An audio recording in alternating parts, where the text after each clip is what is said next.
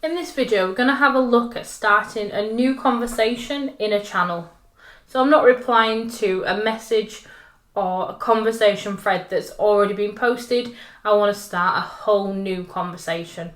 And to do that, I'm going to come down to the bottom. And I've got my conversation bar here, or you might have a button that you need to click on and start typing in.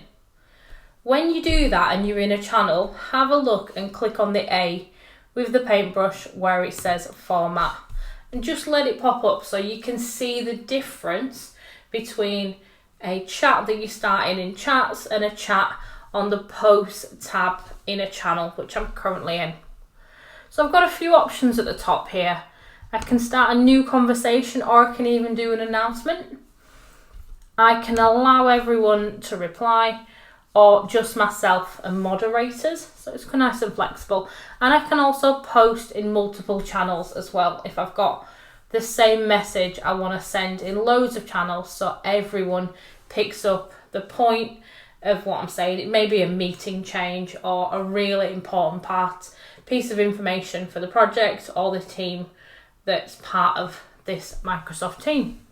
So loads of nice options there to play with that you don't have if you're doing a conversation in chats.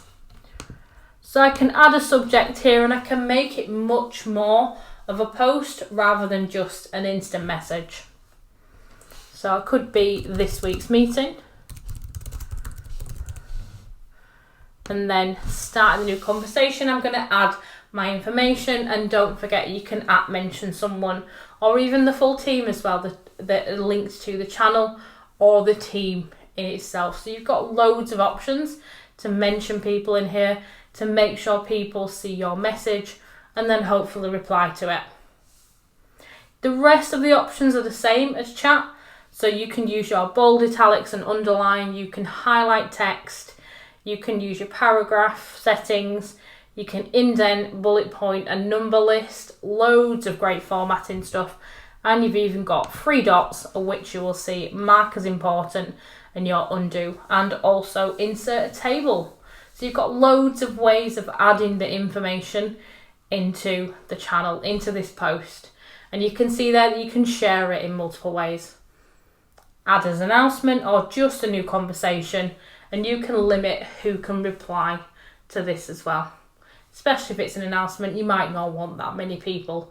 You might just want to make a point.